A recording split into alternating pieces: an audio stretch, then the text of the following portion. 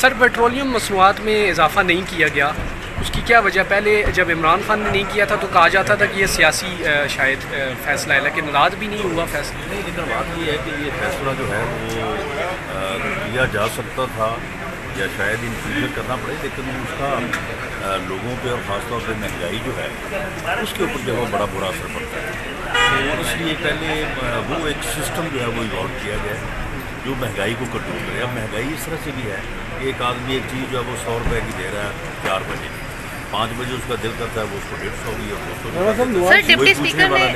200। Sir, petroleum मसनूआत में इजाफा नहीं किया गया, उसकी क्या वजह? पहले जब इमरान खान ने नहीं किया था तो कहा जाता था कि ये सियासी शायद फ़ैसला है, लेकिन रात भी नहीं हुआ फैसला। नहीं, लेकिन बात ये है कि ये फैसला जो है वो लिया जा सकता था या शायद इन फ्यूचर करना पड़े, लेकिन उसका लोगों पे और ख़ासतौर पे महंगाई जो है उसके ऊपर जो है बड़ा बुरा असर पड़ता है। तो इसलिए पहले वो एक सिस्टम जो है वो इवॉल्व किया गया है जो महंगाई को कंट्रोल करे। अब महंगाई इस तरह से भी है कि एक आदमी एक चीज़ जो है वो 100 रुपये की दे रहा है 4 बजे, 5 बजे उसका दिल करता है वो उसको 150 की और